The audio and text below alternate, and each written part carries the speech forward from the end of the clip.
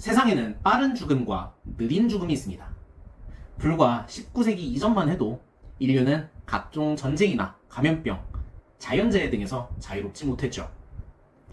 그래서 며칠 전까지만 해도 건강했던 젊은 사나이들이 전염병이 돌아서 한순간에 급격하게 죽는 경우가 굉장히 빈번했습니다.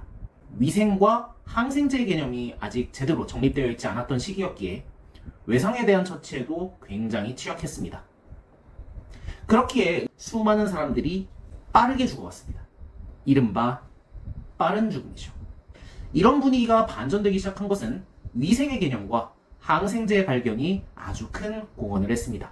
기존의 관찰, 추측에 의한 의학 1.0의 개념, 즉 히포크라테스가 주창했던 의학의 개념에서 위생과 세균론이 도입된 의학 2.0의 개념으로 넘어가게 됨으로써 인류는 더 이상 감염병의 속수무책으로 쓰러지지 않게 되었죠.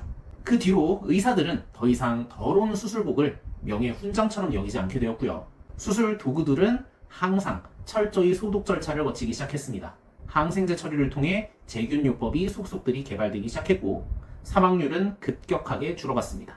그런데 이런 빠른 죽음에 있어서는 굉장히 획기적인 발전이 있었지만 어떤 질병에 대해서는 우리는 아직도 19세기 중반과 크게 다르지 않습니다. 이른바 느린 죽음에 대한 얘기인데요. 암, 심장병 등의 심혈관 질환, 당뇨병을 위시한 대사질환, 알츠하이머 같은 신경성 질환이 바로 그것이죠. 이 중에서 실제로 심혈관 질환을 제외하고는 19세기에 비해서 사망률이 그렇게 유의하게 개선되지 않았습니다. 이런 느린 죽음과 연관이 깊은 이른바 뇌기사 질병들을 효과적으로 다루기 위해서는 병원에서 진단을 받기 이전부터 미리미리 예방하고 치료에 나설 필요가 있습니다. 이 네 가지 질병의 공통점은요, 진단병을 받기 이전부터 이미 조짐이 보이면서 천천히 몸 상태가 나빠지고 이미 진단을 받은 시점부터는 돌이키기가 굉장히 어렵다는 점입니다. 대표적인 게 바로 2형 당뇨병이에요. 이미 판정을 받기 이전에 복부 비만이 찾아오고 공복혈당 100 이상 무조건 넘어갈 거고 전당뇨 단계일 때 벌써 생활습관 교정, 치료 개념의 관리가 이미 들어갔어야 한다는 거예요. 고혈압도 한번 예를 들어볼까요? 우리나라에서 130, 85 이상 높은 정상 범위에 해당하는 혈압에 있어서는 역시 생활습관 관리가 필요하고 좀 더 적극적으로 교정을 할 필요가 있다는 겁니다. 여기에 각종 유전자 분석을 통해서 개개인의 체질을 미리 파악하고 이에 알맞는 예방 및 치료 방안을 최근에는 세우기 시작했죠. 기존에는 가이드라인이라는 게 있어서요, 모든 동일한 병명을 가지고 있는 환자들에게 동일한 가이드라인, 동일한 지침을 가지고 치료를 했었습니다. 이제는 환자의 체질을 고려해서 치료를 진행하기 시작했죠. 이렇게 예방을 강조하는 의학 3.0의 개념이 나오기 시작합니다. 자, 위에서 언급한 뇌기사 질병으로 대표되는 만성질환의 공통점은 실제 생물학적 수명과는 별개로 건강하지 않게 유병장수하는 경우가 굉장히 많다는 점입니다. 생물학적 수명은 80세가 넘어가지만 이미 60세 후반쯤에 뇌출혈로 쓰러져서 병상에서 12년, 13년 동안 누워만 있다가 돌아가시는 경우 우리는 주변에서 어렵지 않게 찾아볼 수 있습니다. 과연 이분이 말년이 행복했을까요? 과연 주변 사람들은 이런 고통을 원했을까요? 12년을 더 산다고 한들 그 삶이 행복했을까요? 그래서 대두되는 것이 바로 건강수명의 개념입니다. 그냥 사는 것이 아니라 건강하게 살자. 100살 넘어서 오래 사는 법에 대해서는 정말 많은 사람들이 고민하실 겁니다. 여기서 요지는 그거죠. 100살까지 건강하게 오래 사는 거예요. 자, 본론부터 들어가겠습니다. 오래 살고 싶다면 실제로 100살 이상 건강하게 살고 있는 사람들의 특징을 분석하면 그 비밀에 대해서 어느 정도 실마리가 잡힐 겁니다. 이들의 가장 큰 공통점은 회복력에 있습니다. 그 회복력의 이유가 타고난 유전자 덕분이든 혹은 생활습관 덕분이든 간에 100살 이상, 100년 넘게 장수한 사람들은 단지 수명만이 100세 이상이었던 게 아니라 건강 수명 역시도 보통 사람들에 비해서 20년, 30년 이상 더 길었던 것이죠. 보통 사람들은 당뇨병이 한 50대, 60대에 오는데 100세인들은 거의 80대, 90대에 이제 당뇨가 오는 거죠. 그렇다면 이 생활습관 교정을 장수촌 사람들과 유사한 패턴으로 조정해서 높은 회복력을 가지도록 세팅할 수 있을까요? 이 방법에 대해서 우리는 한 5가지 정도 얘기를 합니다. 근데 이 방법에 대해서는 다음 영상에서 다루도록 할 거고, 여기에 대해서 먼저 알아보기 전에 우리는 어떻게 늙어가는가, 어떤 병이 우리를 죽게 만드는가부터 먼저 간략하게 알고 가야 될 필요가 있어요. 대표적으로 4가지가 있습니다.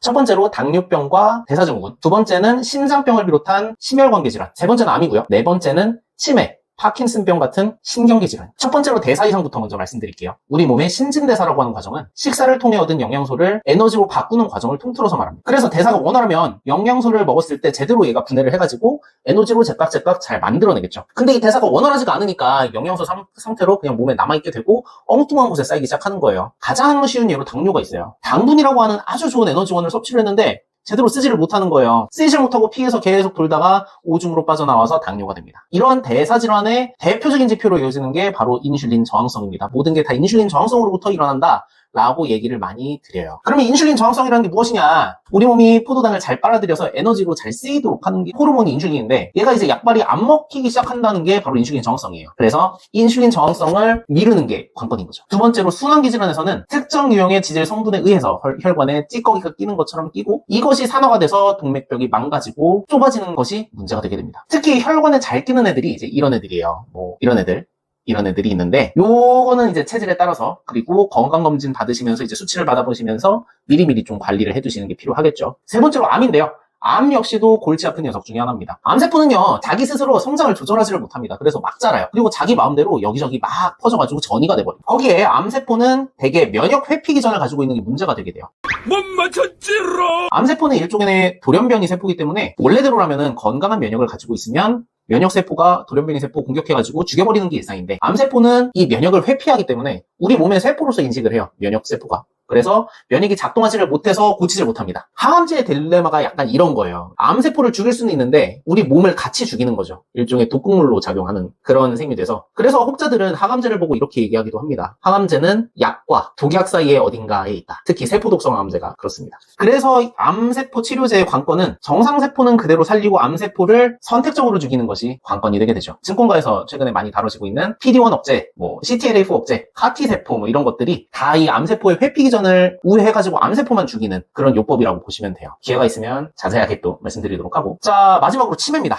네 번째 치매나 신경성 질환, 파킨슨병 이런 쪽에 대해서는 아직까지 연구 결과가 속 시원하게 나온 적은 별로 없어요. 다만 이제 일부 환자의 경우에는 치매를 일으킨다고 알려져 있는 아밀로이드 베타 단백질 있죠. 이런 것들이 많으면 원래 알츠하이머 병에 걸린다고 알려져 있는데, 일부 사람들의 경우에는 이 아밀로이드 베타 단백질이 많이 들어가 있어도 치매 증상이 따로 나타나지 않았다라고 하는 보고도 있었습니다. 요즘에 이제 아산병원 정희원 교수님께서 가속 노화를 말씀하시면서 근 테크를 해야 된다. 근육제 테크를 해야 된다. 우리가 움직일 수 있을 때 근육을 많이 모아놔야 나이가 들었을 때 근육을 이제 소비하면서 살 수 있다. 이런 근 테크의 개념을 말씀하시는데, 두뇌 인지력도 역시 이런 재테크가 필요한 거예요. 그래서 미리미리 인지력이 좀 충분할 때 인지력 강화도 역시 좀 저축해 놓을 필요가 있다라는 점 말씀드리고 싶습니다.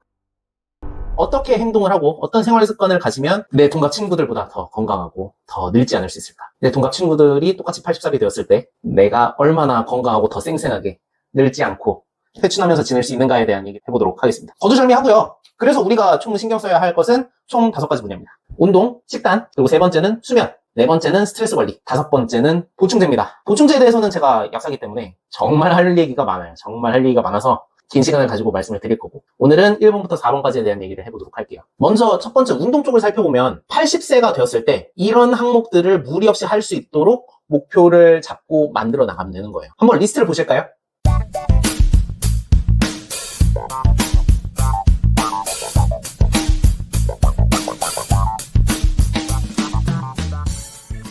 항목들 보시니까 어때요? 그렇게 어렵진 않을 것 같잖아요. 저는 지금 30대이기 때문에 이런 것들을 하는 게 그냥 일상적입니다. 그렇게 어렵지도 않고 부담도 없고. 근데 중요한 건 뭐냐면 30대부터요. 우리 몸의 근력은 10년이 지날 때마다 한 10%에서 15%가량 줄어든다 그래요. 진짜? 쉽게 말해서 30살의 파미손과 40살의 파미손은 근력이 그냥 일상생활만 하면 한 10% 정도 주는 거예요. 그래서 이 상태로 80대가 되면 지금 가지고 있는 근력의 한 50% 갖고 있으면 다행입니다. 그래서 이 리스트에 턱걸이 5개 있었죠. 80살에 턱걸이 5개를 하기 위해서는 지금 30살의 파미손이면 턱걸이 10개는 매일 안정적으로 어려움 없이 할 수 있어야 80살이 됐을 때 5개를 할 수 있는 거예요. 10km 달리기도 마찬가지예요. 10km 달리기 1시간 80살에 할 수 있으려면 지금은 40분대 초반은 웬만하면 찍어줘야 되고요. 수영 1km를 쉬지 않고 80살에 달릴 수 있으려면 지금은 1.5km에서 2km 정도는 쉬지 않고 달릴 수 있어야만 80살이 됐을 때 이 정도의 퍼포먼스를 낼 수 있다는 겁니다. 우리는 대부분 지금 할 수 있는 것들을 30년, 40년, 50년 뒤에도 별다른 노력 없이 할 수 있을 거라고 생각해요. 그게 아주 큰 착각입니다. 지난 시간에 근육 저축, 인지력 저축을 해야 된다고 말씀드렸죠. 근육 저축이라는 게 바로 이런 부분이에요. 이런 수행 능력을 미리미리 좀 키워주실 필요가 있다라는 점 첫 번째 말씀드리겠습니다. 자, 두 번째, 운동만큼이나 식단도 굉장히 중요하다고 말씀드렸죠. 당장 제가 네이버 뉴스 맨날 모니터링 하거든요. 이것 먹으면 사망률이 20% 증가한다. 이것 먹으면 사망률이 20% 감소한다. 이런 타이틀 되게 많아요. 근데 이런 연구 결과들이 크게 유효할 거냐, 일상생활에 그게 적용이 가능한가에 대해서는 조금 물음표가 있어요. 한번 예를 들어보죠. 대표적인 게 이제 술 같은 거예요. 술. 하루 한 잔, 적당한 음주를 즐긴 집단이 아예 절주를 하는 집단보다 사망률이 더 낮다, 수명이 더 높았다 라는 이제 연구 결과가 있었어요. 근데 그 이면에는 어떤 게 있냐면, 적당히 음주를 즐길 수 있다는 거는 원래 더 건강한 거예요. 술을 마실 수 있는 거죠. 절주를 했던 사람들은 그 전에 술을 먹고 너무 몸이 안 좋아서 절주를 해버린 거예요. 그래서 이미 몸 상태가 안 좋았던 거죠. 당연히 그러니까 몸 상태가 원래 안 좋으니까 수명이 짧을 수밖에 없는 거죠. 이런 부분이 있는 거예요. 그래서 뭐를 먹으면 더 좋다, 뭘 먹으면 더 안 좋다, 이런 것들은 사실 명확한 정답을 얻기가 참 힘듭니다. 뭐 이런 정답이 없더라도 어쨌든 우리는 조절을 해야 되잖아요. 그래서 영양이나 식단은 크게 세 가지 전략을 취하게 됩니다. 첫 번째는 덜 먹는 거, 칼로리를 제한하는 거죠. 두 번째는 특정 식품군을 제한하는 겁니다. 예를 들어서 탄수화물을 적게 먹고 단백질 위주로 먹는다, 저탄고지 식단, 키토 식단을 한다. 그리고 세 번째는 간헐적 단식이라고 많이 하죠. 특정 시간대를 정해놓고 그 시간대만 먹는 거예요. 8시간 안에만 먹고 16시간 동안은 단식을 하는 거죠. 간헐적 단식. 근데 저는 개인적으로 이렇게 생각합니다. 여기 책에서는 이렇게 세 가지를 소개를 했는데, 결국에 꾸준히 유지할 수 있는 식단을 하는 게, 그러면서도 효과가 있었던 식단을 따라가는 게 결국에는 정답이 아닐까라는 생각이 해요. 어떤 전략을 따라가든 세 가지 다 장점이 있고 단점이 있거든요. 예를 들어서 칼로리를 제한한다 그랬을 때는 이게 허기가 지기 때문에 이게 잘 못 버팁니다, 사람들이 생각보다. 그리고 두 번째 전략 같은 경우에는 이제 사회적으로 문제가 있죠. 다 같이 회식하러 간다 그러는데 맨날 눈치 보이게 빠질 수도 없고, 이게 내 타의적으로 이렇게 막 먹게 되기 때문에 좀 유지하기가 쉽지 않은 면도 있고, 세 번째 간헐적 단식도 마찬가지죠. 그래서 여러분들의 그 상황에 맞는 유지할 수 있는 식단을 하는 게 중요하다, 저는 이렇게 생각합니다. 자, 다음은 수면입니다. 수면과 관련한 내용도 건강에 있어서 충분히 중요하게 작용을 합니다. 요즘이 뭐 미라클 모닝, 뭐 갓생 프로젝트 이런 거 저도 굉장히 좋아하는 키워드지만, 그런 것들을 사실 다 하다 보면은 하루에 8시간 이상 자기가 좀 쉽지는 않아요. 이제 여러 매체들을 통해서 하루에 최적으로 자야 하는 수면의 양은 보통 7시간 반에서 8시간 반 정도라고 얘기를 많이 합니다. 근데 대부분의 직장인들은 뭐 자기 개발한다, 뭐 회식한다, 뭐 이렇다 보면은 이 한 8시간의 수면을 확보하기가 생각보다 좀 어렵다, 이렇게 많이 느껴져요. 수면 부족의 악영향에 대해서는 굳이 여기서 막 늘어놓을 필요는 없을 것 같고, 최대한 저희와 같은 직장인의 경우에는 수면 시간을 좀 많이 확보할수록 좋다 정도가 이제 실생활에서 적용할 수 있는 최선이 아닌가 싶어요. 마지막인데요. 이 부분이 어떻게 보면 가장 중요합니다. 앞에 식단도 다 했고, 운동도 다 했고, 수면도 적절하게 취했어요. 근데 정서적으로 불행하다면 건강하지 않습니다. 만약에 내가 요즘에 스트레스를 너무 받는다, 지친다, 이렇게 이제 생각이 드시면 한 번쯤 나 자신에게 물음을 좀 던져보면 좋을 것 같아요. 첫 번째, 나는 최근 한 달 동안 일을 하면서 감정 조절을 잘 하고 있는가? 두 번째, 스트레스 받는 일을 겪었을 때 이에 사로잡혀 있지 않고 잘 해소하는가? 세 번째, 내 감정이나 의견, 내 의사표현을 주변 사람들에게 적절하게 잘 하고 있는가? 네 번째는 규칙적인 기상시간, 취침 루틴, 이런 자기관리가 잘 되고 있는가, 규칙적으로. 이 물음에 대한 자기만성을 해보시면서 내 생활을 한번 돌아보셨으면 좋겠습니다. 오늘 영상이 유익했다면 구독, 재밌었다면 좋아요, 그리고 알림 설정까지. 다음 시간에 뵙겠습니다.